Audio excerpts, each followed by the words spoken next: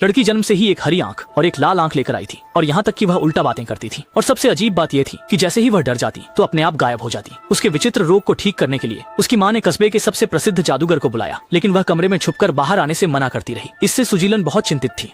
उसे सवाल पूछने पर वह उल्टा जवाब देता था। कोई और तरीका न देख सूजी ने स्वर्ग का द्वार खोला और पल भर में ही हेजू को एक यादों की किताब में बदल दिया। जांच करने के बाद पाया गया कि हेजू में कोई असामान्यता नहीं थी। फिर भी माँ चिंतित थी, मगर इस समय हेजू बहुत नाखुश था और उसने कहा कि वह सूजी से मिलना नहीं चाहता। फिर वह खुद ही सीढ़ियों से नीचे भाग गया और धीरे धीरे गायब हो गया। सूजी ने यह देखा और तुरंत महसूस किया कि हेजू निश्चित रूप से बहुत अजीब है और माँ भी तुरंत नीचे गई और हाइजू को ढूंढने लगी और मुख्य द्वार भी अपने आप खुल गया, जिससे लोग डर गए और तुरंत उसे ढूंढने के लिए पीछे पीछे गए। लेकिन काफी समय तक ढूंढने पर भी हाइजू का कोई निशान नहीं मिला और हाइजू वास्तव में पास के एक पार्क में खेलने चले गए थे। वहाँ वो एक छोटे लड़के के साथ बहुत खुश होकर खेल रहे थे। सूजी ने ये देखा और महसूस किया इस बात में जरूर कुछ गड़बड़ है, इसलिए उसने सीधे सभी को यादों की पुस्तक में बदल दिया। कुछ समझने के बाद पता चला कि असल में हाइपिक के जन्म के कुछ ही समय बाद उसके पापा और स्टार बॉय की एक ही दिन दुर्घटना हो गई थी और पापा की वही मौत हो गई थी और पापा का दिल स्टार बॉय के शरीर में प्रत्यारोपित किया गया था, जिससे स्टार बॉय जीवित हो गया था। इसलिए हाइपिक को स्टार बॉय से बहुत लगाव था और स्टार बॉय भी हाइपिक को बहुत पसंद करता था। इस तरह स्टार बॉय के साथ रहते हुए हाइपिक की अजीब बीमारी भी धीरे धीरे ठीक हो गई और उसके बाद से वह बेफिक्री से जीवन जीने लगा।